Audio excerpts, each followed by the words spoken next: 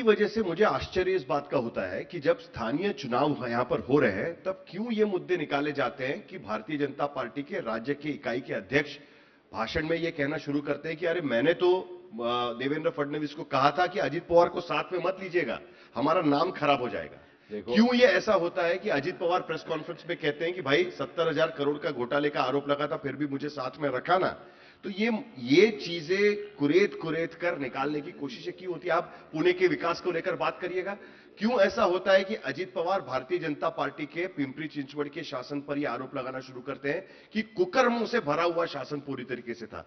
तो कहीं ना कहीं जो मुद्दे 2014 के पहले थे वो अभी भी है, लेकिन प्रैक्टिकल तौर पर हम लोग साथ में, ये उसका मतलब निकाले तो गलत होगा। देखिए, नेताओं की आदत होती है और ज्यादा जोश में आ जाते हैं तो जीभ उनकी घसर जाती है। कई नेताओं से क्या बोलना, कभी जोश में आके आवेश में आके बोल देते हैं, बाद में समझ में आता है अरे मैं ये बोल दिया, ये बोलना नहीं चाहिए था। भूल जाते हैं कि हम प्रतिद्वंदी है, दुश्मन नहीं है। ये भी भूल जाते हैं कि हम ये छोटे चुनाव लड़ रहे हैं, कोई बड़ा चुनाव नहीं लड़ रहे जहां पर हम साथ में बैठ के उन्हीं लोगों के साथ काम कर रहे हैं। तो ये नेताओं की कई बार ये विशेषता भी होती है। संयम रखने वाले नेता भी होते हैं, पर कई बार गलती हो जाती है।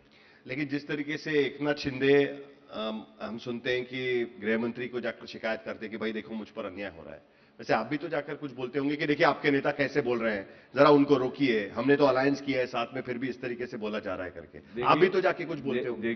देखिए, हमने बहुत उतार चढ़ाव देखे हैं और बहुत गहरे पानी में भी हम तैरे हुए हैं, इसलिए हमको मालूम है कि कितना कहाँ बोलना जरूरी है, कौन कितना समझ रहा है, कौन नहीं समझ रहा है। जहां हमें लगता होगा वहां जरूर बोलेंगे, मगर ऐसी बातों में कोई बोलने की, शिकायत करने की और बार बार दिल्ली की दौड़ लगाने की मुझे नहीं लगता कि जरूरत है।